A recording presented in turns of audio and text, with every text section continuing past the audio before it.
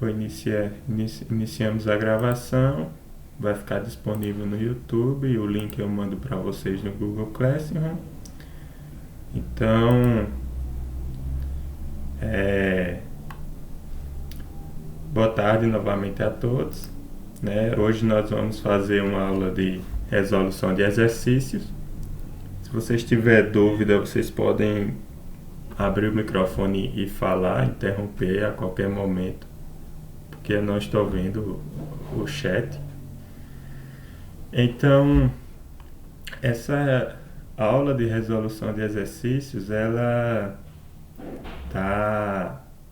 os exercícios estão disponíveis no Google Classroom já há algumas semanas e vocês tiveram acesso e tiveram a oportunidade de ler e tentar resolver.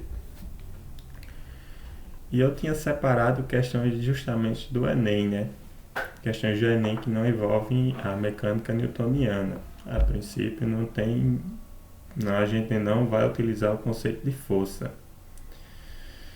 Então, nesse primeiro exercício, nessa primeira questão, a referência à questão 75 da prova amarela do Enem 2015.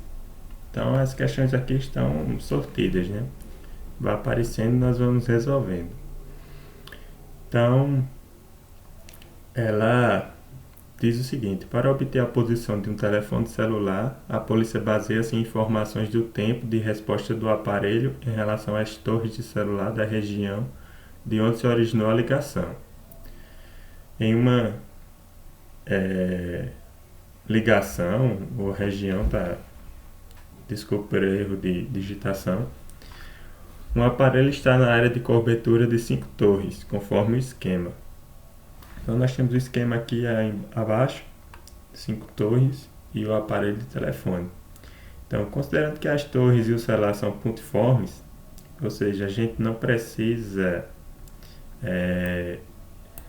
se preocupar com as dimensões das torres do telefone,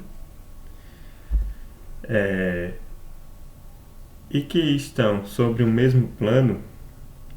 Então, eles estão fixos numa superfície e eles estão fixos na mesma superfície. Isso é importante saber porque a posição do celular está no mesmo plano da torre. E aí pergunta-se qual é o número mínimo de torres necessárias para se localizar a posição do telefone celular que se originou a ligação. Então, a gente está se perguntando quantas torres são necessárias para mim identificar a posição do telefone. Para isso, a gente precisa primeiro raciocinar, e tentar se perguntar quantas torres são necessárias para me identificar a posição do telefone, dado que ele está no mesmo plano. Então, posso traçar aqui um sistema de coordenada x e y, Sistema de coordenadas cartesianas. Isso aqui define um plano. Um ponto aqui, nesse espaço, que é o meu espaço bidimensional, ele está bem localizado, porque eu tenho uma coordenada x e uma coordenada y, que é o ponto P. Por exemplo, se o celular estiver no espaço, seria uma situação em que eu tenho um espaço chamado R3, Então eu teria x, y e z. Então eu teria as coordenadas aqui. Eu ia localizar esse ponto P que está no espaço na posição x, uma na posição y e outra na posição z. E ele estaria no espaço e a distância ao centro aqui, é uma certa distância r.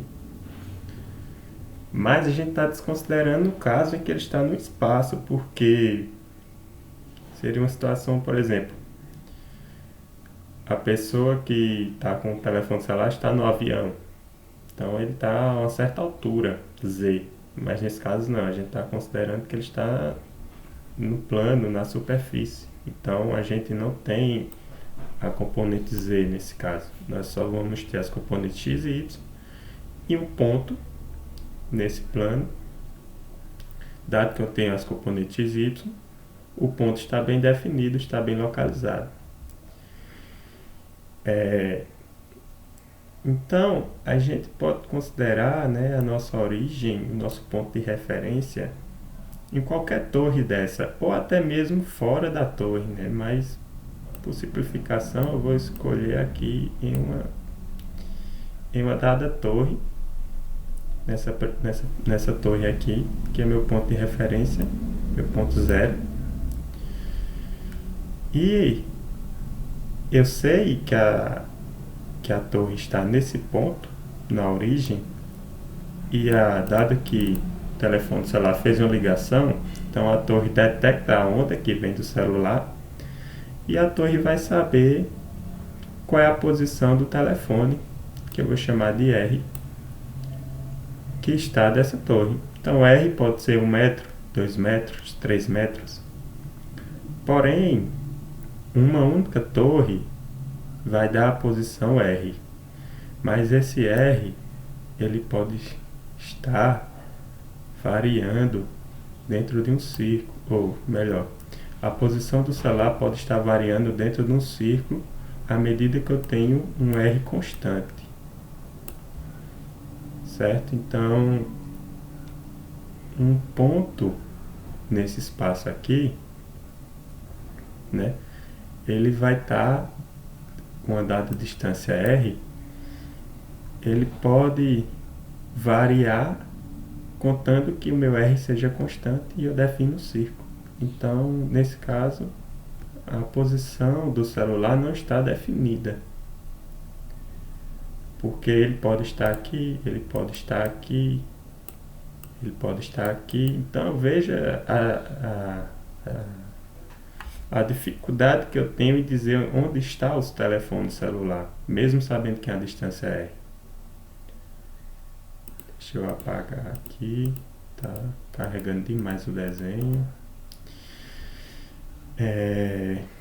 Mas, se eu tiver uma segunda torre, o que é que acontece? Eu vou saber que a onda que saiu do celular na ligação chegou a essa segunda torre. E aí eu vou saber qual é a distância que ele está dessa segunda torre. E dado que eu sei a distância entre as torres, eu sei quem é essa distância e eu sei quem é essa distância R, eu consigo localizar de forma bem definida a posição do celular no meu espaço. Então, ele não pode mais estar dentro de um certo círculo, qualquer ponto de um círculo. Ele vai estar localizado justamente nesse ponto aqui, dado que eu tenho uma segunda torre de referência. Então, nesse caso, quando a gente diz assim, eu preciso de duas torres, justamente matematicamente falando, eu preciso de um sistema de coordenadas que eu tenha duas variáveis, x e y. Então eu preciso de um sistema de coordenadas definido num plano. E aí, a partir do momento que eu tenho duas torres, eu defino onde está a posição desse celular no plano. Se meu celular estivesse num avião a uma certa altura, aí de fato eu ia precisar de uma terceira torre para definir em qual altura, com relação ao meu plano, está esse celular naquele instante. Certo? Então, a resposta nesse caso é a letra B.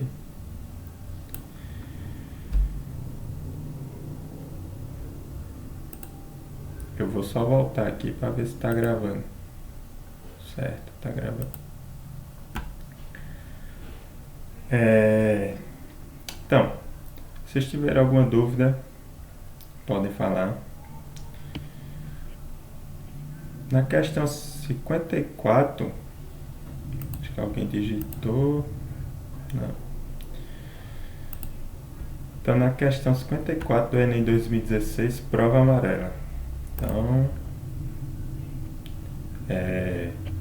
nessa questão, vai dizer que dois veículos que trafegam com velocidade constante em uma estrada, na mesma direção e sentido, ou seja, os dois veículos estão na mesma direção e sentido, devem manter entre si uma distância mínima, por segurança, né? Isso porque o movimento de um veículo, até que ele pare totalmente, ocorre em duas etapas. A partir do momento em que o motorista detecta um problema, que exige uma freada brusca. Então a gente está supondo, por exemplo, que antes dele detectar o problema, ele está com velocidade constante, né? Aí a partir do momento em que ele vê o problema e freia, sua velocidade variou. Então a primeira etapa é associada à distância que o veículo percorre entre o intervalo de tempo da detecção do problema e o acionamento dos freios. Então, à medida que ele freou, né, a distância que ele percorre. Então, essa está associada a primeira etapa é quando ele vê o problema e não acionou os freios. Então, ele vai percorrer uma certa distância. Então, a segunda etapa está relacionada ao fato em que ele acionou os freios e desacelerou Então, ele diminuiu sua velocidade com uma desaceleração constante. É o que está falando aqui a segunda parte do problema. Então, considerando a situação descrita, qual esboço gráfico representa a velocidade do automóvel em relação à distância percorrida até parar totalmente? Então, quando ele para totalmente, sua velocidade é nula, né? Então, a gente tem que a velocidade final é zero. Então, nós temos 5 gráficos, né? 5 alternativas. E desses 5 gráficos, um está correto e representa de fato a variação da velocidade com a distância percorrida. Então, nesse primeiro, na letra A, está mostrando que a velocidade está diminuindo linearmente com a distância. Mas a gente já percebeu que o veículo está se movendo com velocidade constante, né? Até o momento em que ele vê o problema e aciona os freios. Então existe um intervalo de tempo entre ver o problema e acionar os freios, não é automaticamente. Então a gente pode considerar, por exemplo, o ponto inicial aqui como enxergou o problema. O segundo ponto, como acionou os freios. Então, se ele estava com velocidade constante, que representa uma reta nesse gráfico, né, que a velocidade não está variando, então nesse caso aqui, essa letra A ela está errada, porque em nenhum momento aqui a velocidade se manteve constante. Na letra B, de fato, existe uma reta que mostra que a velocidade do automóvel estava constante até acionar os freios. Então aqui é esse ponto aqui, este ponto acionou os freios. Então a velocidade se manteve constante. Então pode ser a letra B. Então vamos descartar. A letra C, vamos descartar por quê? Porque aqui não existe uma reta mostrando que a velocidade estava constante. Então a gente já descarta. A letra D, aqui parece ser uma reta, né? Aqui parece ser uma reta, então a gente não vai descartar essa letra D. E a letra E, aqui há uma variação da velocidade, aqui a velocidade não é constante, ela está variando, ela está aumentando linearmente, então nesse caso não representa a situação do automóvel, então a gente descarta. Então nós vamos ficar com letra A letra B ou letra D. Então nós vamos para a segunda parte, que é justamente quando ele aciona os freios. Então há uma desaceleração constante, né? Desaceleração significa dizer que a velocidade do veículo está diminuindo. Então, de fato, a velocidade do veículo está diminuindo aqui com a distância, na letra B e na letra D também. A única diferença é que na letra B, a velocidade diminui linearmente com a distância, ou seja, é uma reta. Na letra D, não é uma reta. Aqui não é uma reta. Aqui existe uma variação não linear. E aí, para a gente poder ver qual é a resposta correta, qual é a alternativa correta, a gente tem que lembrar aqui das equações de movimento uniformemente variado. Então vocês veem que a gente não está olhando para essa equação da distância, essa primeira, que está relacionada à distância, mas aqui envolve tempo. Então, no nosso problema, o gráfico é de velocidade por distância. Então, a gente tem que analisar para o caso em que aparece velocidade e aparece distância. Essa segunda também aparece velocidade, mas aparece tempo. A gente não quer uma equação com a variável tempo. Então, nós vamos pegar a terceira equação, em que nós temos velocidade, aceleração e distância.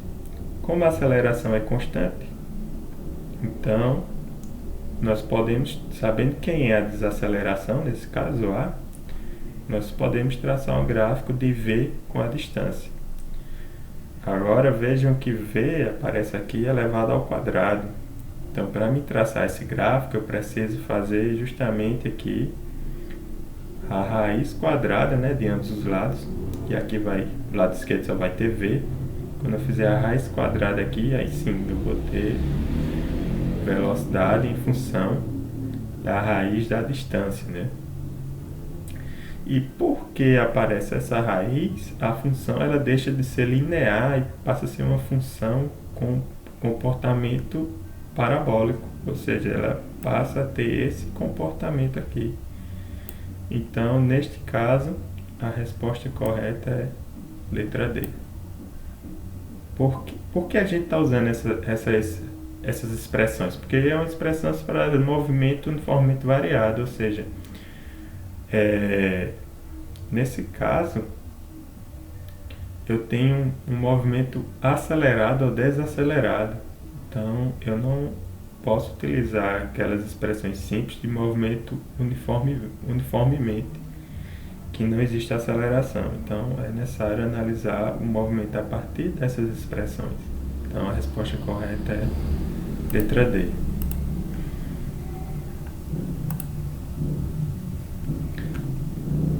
Se tiverem dúvida, podem falar. Está sendo gravado, pessoal, então... Oi?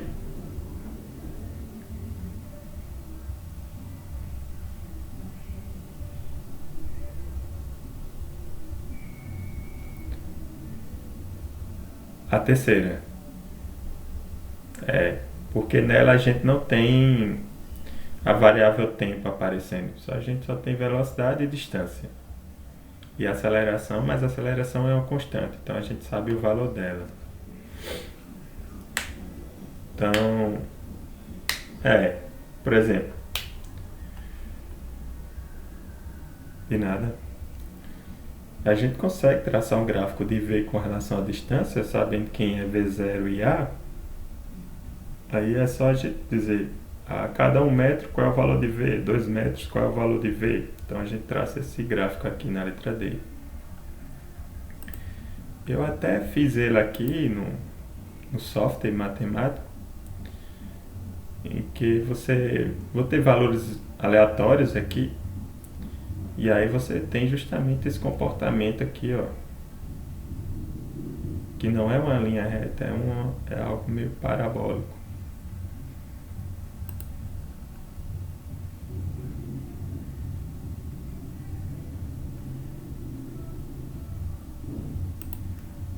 Isso.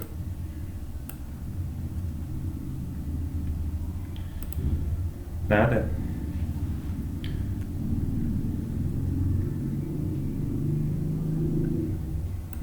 A gente tem 20 minutos. Então, essa é a próxima questão.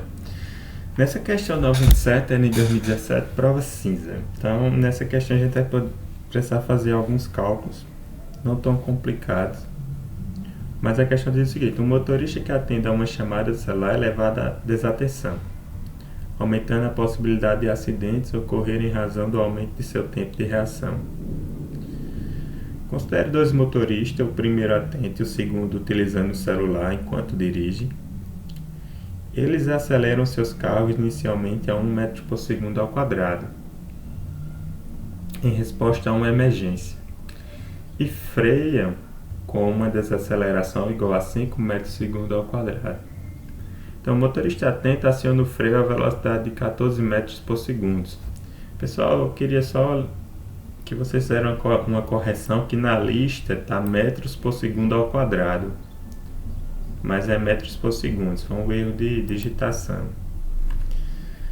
Enquanto desatento em situação análoga, leva 1 segundo a mais para iniciar a freagem. Então, ele deu vários dados, né, de dois motoristas, um atento e um desatento, né, deu valores de suas acelerações, desacelerações, valor da velocidade, né, e vai perguntar que distância o motorista desatento percorre a mais do que o motorista atento até a parada total dos carros.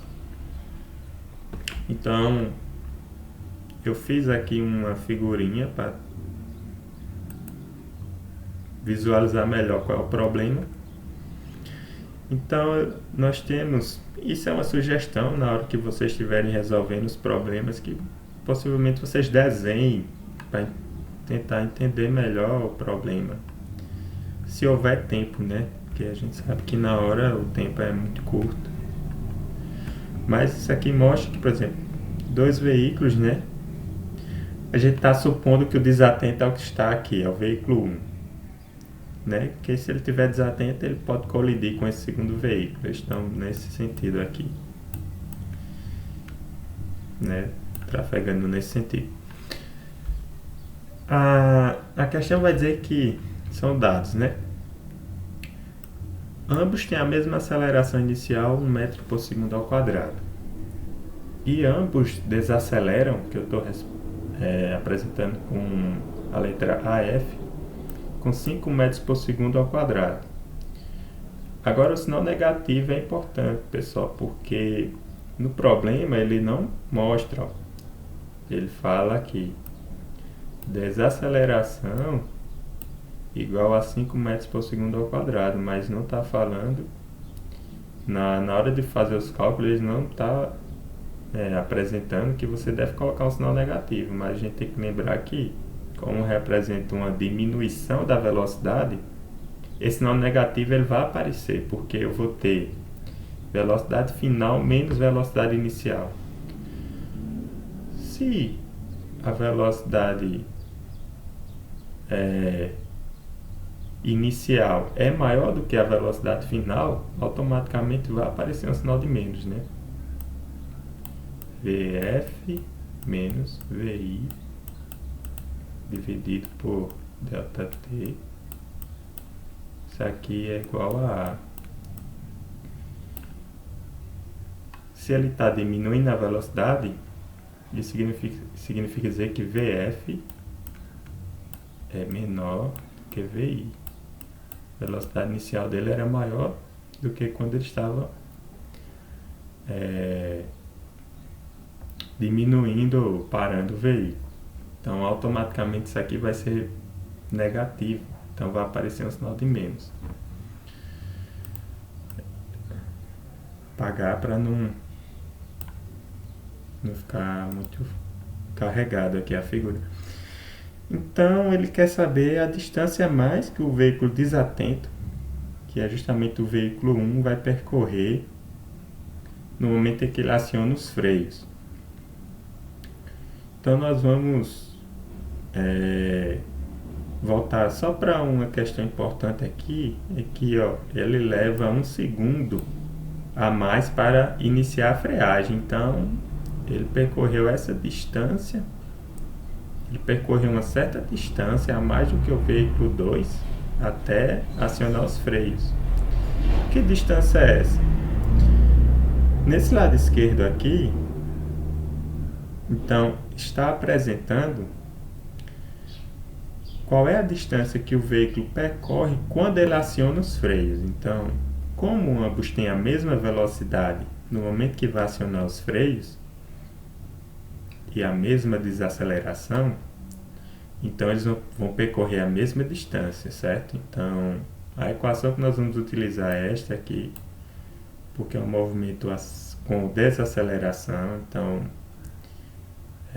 e não tem a variável tempo, então a gente não precisa, nessa equação da variável tempo, utilizamos esta equação, v quadrado, velocidade final ao quadrado é igual a velocidade inicial ao quadrado, mais 2 vezes a aceleração, que nesse caso é desaceleração, vezes a variação da distância, que é justamente o que a gente procura, delta x2, que eu estou relacionando ao veículo 2, mas isso aqui também vale para o veículo 1. Então sabemos que o carro para no fim, ou seja, eles estão em repouso no momento, no final, no percurso final eles param, então a gente tem a velocidade nula, então V, velocidade final aqui é zero. Então, se bota o zero aqui e substitui os valores que ele deu, velocidade inicial 14 metros por segundo, mais 2 vezes a desaceleração, que é menos 5 metros por segundo ao quadrado, vezes ΔX. Então aqui a gente manipula algebricamente, né? Passa para o lado esquerdo, aí aqui vai ficar negativo, aí os dois sinais simplificam, cortam. Então, quando eu calcular o quadrado de 14, né, vai dar 196 dividido por 10, 19,6 metros. Okay? Essa foi a distância que ambos vão percorrer quando acionam os freios. Mas o veículo 1 ele demora 1 segundo para acionar os freios. Então, é esse lado direito aqui. Então, qual é a distância que ele percorre durante 1 segundo? Aí a gente lembra, antes dele acionar os freios, né, eles estão com uma aceleração constante. E eu posso utilizar, né, a expressão de velocidade instantânea, no qual em que eu tenho x dividido por t, ou ΔX dividido por t, para um certo instante de tempo, t. Então, no caso em que eu tenho um instante de tempo de 1 segundo, ΔT igual a 1 segundo, eu vou e calculo quem é x. Então, meu x é justamente o ΔT que está aqui no denominador, ele passa para o outro lado, multiplicando velocidade. Então, eu vou ter 14 metros por segundo vezes 1 segundo. Que isso aqui vai dar justamente 14 metros. Então, essa é a distância a mais que o veículo 1 percorre quando ele vai detectar o problema e acionar os freios. Então, se a gente retorna lá para as alternativas, a resposta correta é a letra B, 14 metros. 14 metros. Então, vocês não precisavam realizar esse cálculo aqui, né? Então, isso aqui só apresenta a distância percorrida dos veículos na desaceleração. Vocês só precisavam fazer isso aqui. E aí identificar que a distância a mais é 14 metros. Letra B.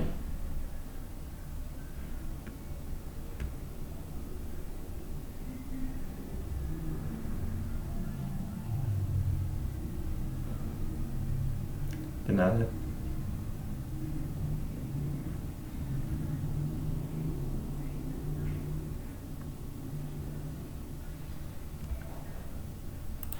Não.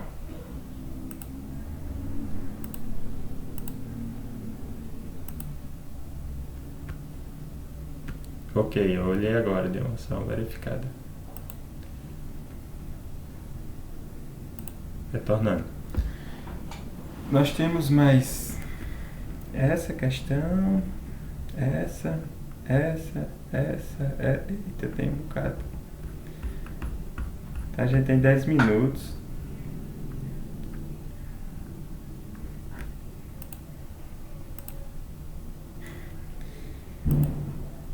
Espera aí. Muita aba aqui, eu fico abrindo. Tá arriscado. Mas as próximas aqui não vai precisar muita. Só a última. A última vai precisar mais umas contas, mas as próximas não. Aqui é só leitura e entender a física.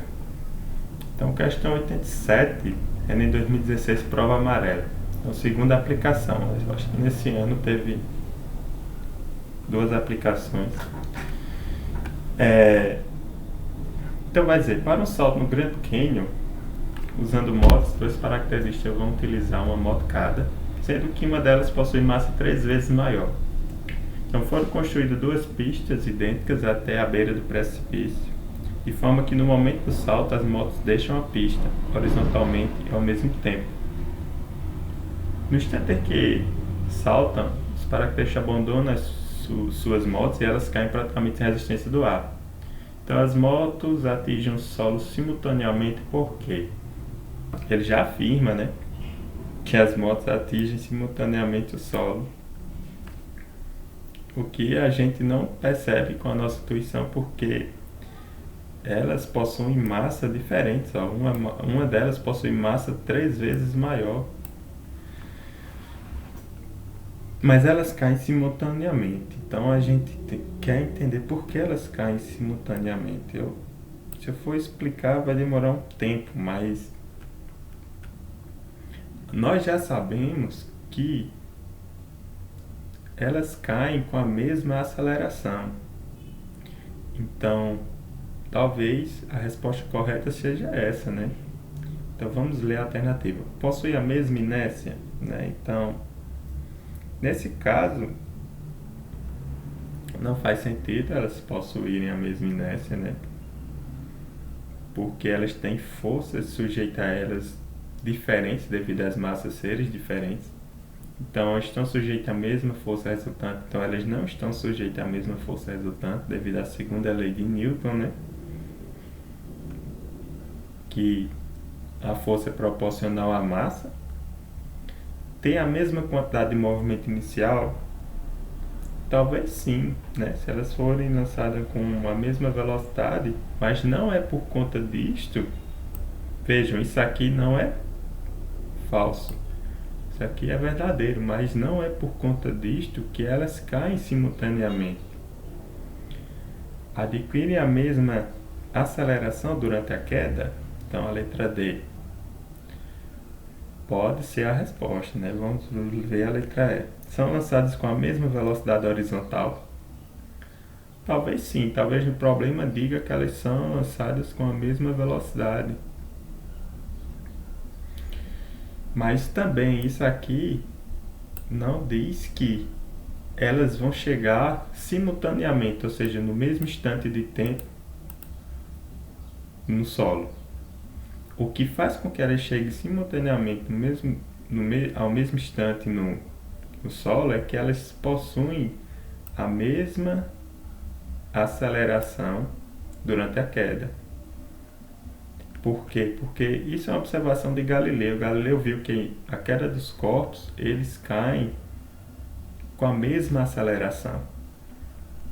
Então, nesse caso, as 2 motos, quando lançadas, elas estão aumentando sua velocidade de tal forma que a taxa de aumento dessa velocidade ela é constante. Ou seja, a aceleração é constante. E a resposta disso é porque Galileu observou que a velocidade ela tem incrementos iguais, dado que eu tenho intervalos de tempos iguais. Então, para intervalo de tempos iguais, eu vou ter incrementos de velocidades iguais. Isso não é muito não é muito complicado de observar, assim, de matematicamente observar, mas é como, por exemplo, que se eu dividir o intervalo de tempo por 1 segundo, chamar aqui de ΔT igual a 1 segundo, e esse segundo ΔT aqui também igual a 1 segundo, então eu posso fazer isso. Meço o intervalo de tempo de 1 segundo e quero ver qual é a velocidade em cada instante de tempo desse. Eu vou ver que à medida que passa 1 segundo, se a velocidade inicial era 2, por exemplo, e eu constatei que em um instante de tempo, 1 segundo, a variação da velocidade é de 2, então nesse instante de tempo aqui a velocidade é 4. Então 4 menos 2 dá 2, 2 dividido por 1 dá 2, então a aceleração é 2 metros por segundo ao quadrado. Certo? Isso aqui é constante, isso é uma constatação, uma observação. Isso aqui é constante. Eu vou parar nessa questão, não vou avançar, porque a gente só tem 4 minutos, 5 minutos, 4. Na próxima aula eu dou continuidade à resolução dos problemas, mas aqui é importante para a gente fixar na memória isso aqui, porque isso aqui é uma constatação que eles caem com a mesma aceleração. E Galileu observou isso. Então, nesse caso, eu estou dizendo, isso aqui é uma hipótese, né? Uma suposição. Eu tenho um cronômetro e meço no cronômetro qual é o meu intervalo de tempo ΔT. Aí eu meço o intervalo de tempo, o cronômetro um ΔT igual a 1 segundo. Aí digo, na minha velocidade aqui inicial, que eu estou supondo, ele é 2 metros por segundo. E nesse intervalo de tempo ΔT, a minha próxima velocidade, né, nesse intervalo de tempo, ela é 4 metros por segundo. Então, se eu faço a subtração aqui, 4 menos 2 dá 2. Então, a aceleração, a variação da velocidade pelo tempo, 2 dividido por 1, né, o resultado disso aqui dividido por 1 dá 2 metros por segundo ao quadrado. Então, qual seria a minha próxima velocidade depois de passar 1 segundo? Depois de 1 segundo. Então, qual seria? Seria justamente, isso aqui é 2, aqui é 4, aqui seria 6. Aqui nesse quadro, 6 menos 4 dá 2. 2 dividido por 1 dá 2. Então, 2 metros por segundo ao quadrado. Então, a aceleração aqui está sempre constante. A próxima, depois de um intervalo de 1 segundo. 6 mais 2, 8. Então vocês vão ver que isso aqui também é um ΔT. Isso aqui é igual a 1 segundo. Então 8 menos 6 dá 2. 2 dividido por 1 dá 2. Eu também posso pegar essa variação aqui, ó. Vamos pegar 8 menos 2 dá 6. E o intervalo de tempo? 1 mais 1 mais 1, ó. Todo esse intervalo de tempo. 6 dividido por 3 dá 2. Ou seja, eu sempre vou ter uma aceleração igual a 2 metros por segundo ao quadrado. Ou seja, eu sempre vou ter uma aceleração constante. Agora, assim, a explicação por que eles caem com aceleração constante, aí Newton foi e elaborou através da sua mecânica newtoniana, que a gente já viu na aula, né? Com a ideia de força, que existe uma força gravitacional que atrai os corpos. Nós vimos que essa aceleração gravitacional que atrai os corpos, elas não dependem da massa. É por isso que na expressão que a gente tem, não aparece massa para aceleração. Ela só vai depender, vou tentar escrever aqui, ela só vai depender de uma constante G, constante da gravidade. Na verdade depende da massa, mas nesse caso a massa da Terra, que a gente sabe qual é a massa da Terra, e da distância, de uma distância R, Aqui eu tentando escrever embaixo, não estava conseguindo. E uma distância r ao quadrado, que nesse caso, se eu estou tratando movimentos próximos à superfície da Terra, essa distância r é justamente o raio da Terra, que nós também conhecemos. Então, isso aqui eu sei, quem é g, m eu sei, r eu sei, eu calculo. Isso aqui é aproximadamente 10 metros por segundo ao quadrado, que é os dados que a gente utiliza, né, na resolução dos problemas. Então, pessoal, se vocês tiverem alguma dúvida, pergunta, dei. Vocês estão vendo eu escrevendo aqui? Ah, sim.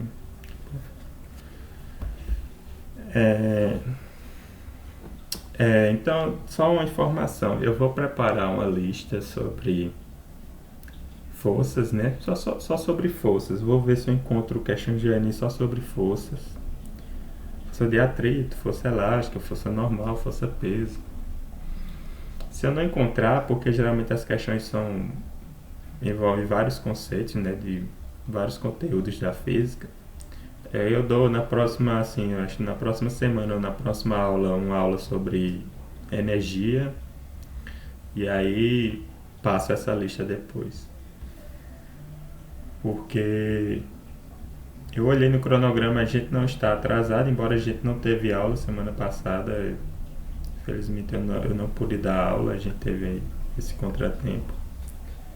Mas o conteúdo está fluindo de acordo com o cronograma. Então, mas vamos tentar avançar o máximo possível para a gente não ficar atrasado, né? Então, pessoal, encerro por aqui. Vou parar a gravação. Então, agradeço a atenção de vocês.